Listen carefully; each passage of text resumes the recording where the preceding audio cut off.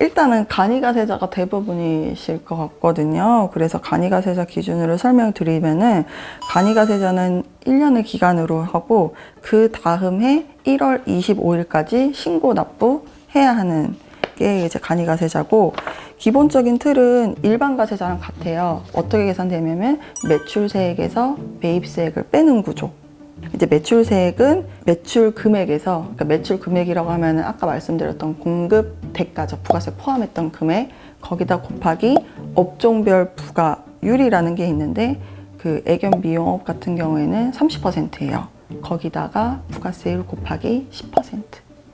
그래서 아까 제가 3%라고 위에서 말씀드렸었는데 30% 곱하기 10%이라서 3%라고 표현하는 거예요. 그래서 매출 금액의 3%는 무조건 매출세액이다 라는 거고요. 이제 매입세액은 아까 말씀드렸던 그런 적격증빙을 갖췄던 매입액에다가 곱하기 0.5%를 곱하면 돼요.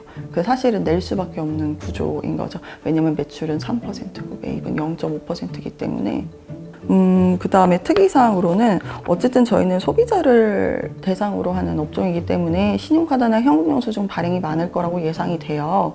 그럴 때 이제 매출세액에서 매입세액을 뺀 구조지만 거기에다가 추가적으로 신용카드 매출전표 등 발행세액 공제라는 게 있거든요. 거기서 그 신용카드 현금영수증 매출액의 1.3%가 추가적으로 좀 빠지긴 해요. 공제되긴 합니다. 그래서 4,800원 미만인 분들은 사실 안 내니까 이런 거를 고려하실 필요는 거의 없는 거고, 그 이상 내시는 분들은 네, 어느 정도 좀 낼 수도 있다라는 거죠. 일반 가세자는 상반기, 하반기 나뉘어서 상반기는 1월부터 6월까지 매출하고 매입 금액을 계산해서 7월 25일까지 신고하고 납부하고, 하반기 2기라고 저희는 표현하는데요. 7월부터 12월까지는 다음에 1월 25일까지 신고하고 납부하는 게 일반 가세자예요. 일반 가세자는 기본적으로 매출 금액에 곱하기 10%. 오히려 간이 가세자가 조금 더 어렵긴 해요. 왜냐면 세율이 두 개가 좀 업종별 부가율 때문에 좀 달라지니까요. 일반 가세자는 오히려 둘 다 10%이기 때문에 조금 더 계산은 훨씬 간편할 거라고 생각하지만, 솔직히 세부담은 일반 가세자가 훨씬 많죠. 간이 가세자보다. 국세청에 그 가까운 세무서, 지역 세무서에 가면은 신고 도움이라고 서비스가 있긴 해요. 신고 도움을 서비스 해주는 그 공무원분이 계시거든요.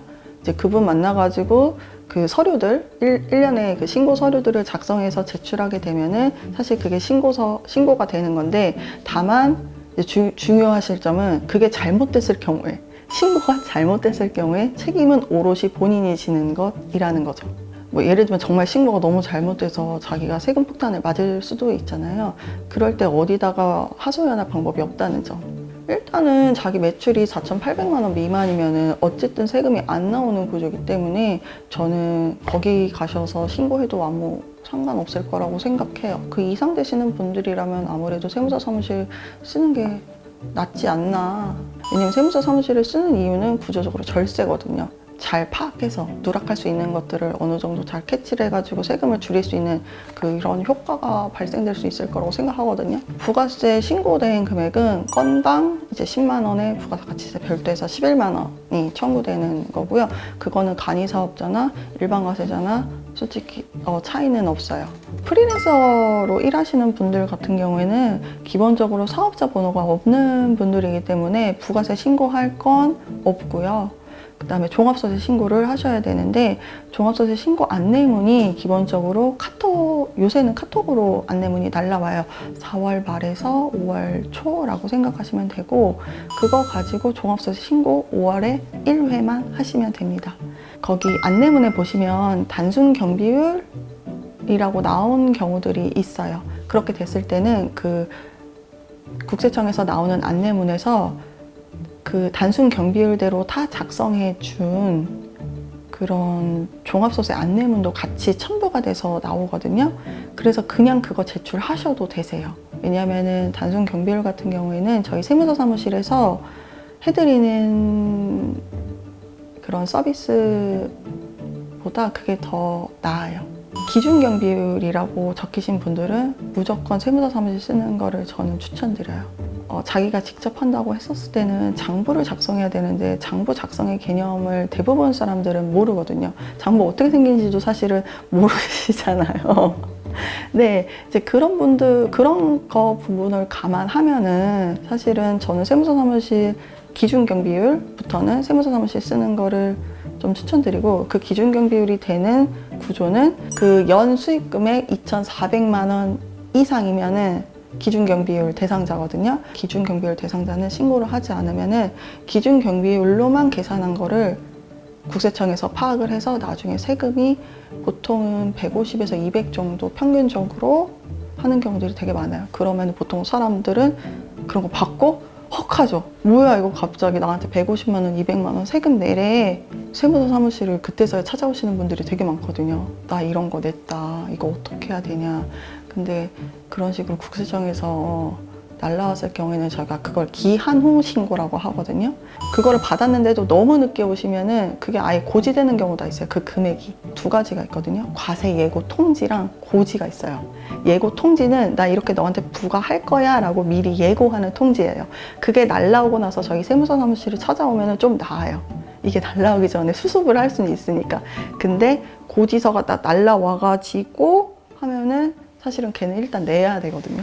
내고 나서 저희가 수습해야 되니까 그건 정말 훨씬 힘들고 비용도 훨씬 늘어나요. 거의 저희 같은 경우는 아까도 종합세 신고 수수료 기본적으로 평균 20만 원부터입니다 라고 말씀드렸지만 걔네들은 50만 원이 최저 금액이에요. 사실 근데 그거 받고도 안 하고 싶어요. 너무 힘들어서. 굉장히 까다롭거든요.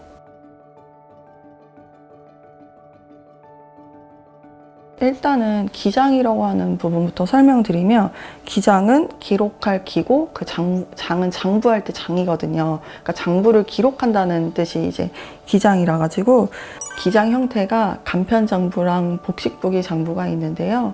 복식부기 장부는 간편 장부보다는 더 어려운 장부의 형태라고 봐주시면 될 것 같아요. 장부 기장 같은 경우에는 그 매달 그 사업장 대표님의 사업에서 발생한 그 매출액, 그 다음에 인건비, 임차료, 그 매입 비용 등을 그 기업 회계 기준에 분류해서 장부를 작성하는 개념이에요. 그 다음에 신고 대행은 그런 기장 같은 거 없이, 장부 만드는 거 없이 신고만 대행해주는 일회용 서비스라고 생각하시면 될 것 같아요.